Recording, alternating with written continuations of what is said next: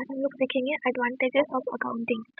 Accounting करने की क्या क्या फायदे होते हैं। फाइनेंशियल इंफॉर्मेशन अबाउट बिजनेस के बारे में जानकारी मिलती है, बिजनेस की फाइनेंशियल पोजीशन पता चलती है।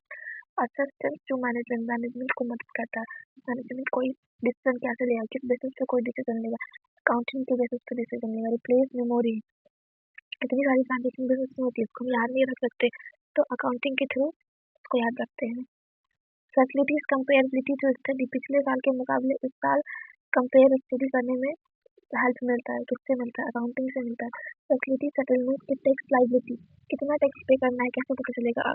अकाउंटिंग से पता चलेगा। फैसिलिटीज लोन चाहिए, बैंक कैसे देगी, कहाँ किस बेसिस पे बैंक लोन देगी? अकाउंटिंग के बेसिस पे लोन देगी। Serve as evidence in court, court में एविडेंस की तरह भी काम करता है अकाउंटिंग।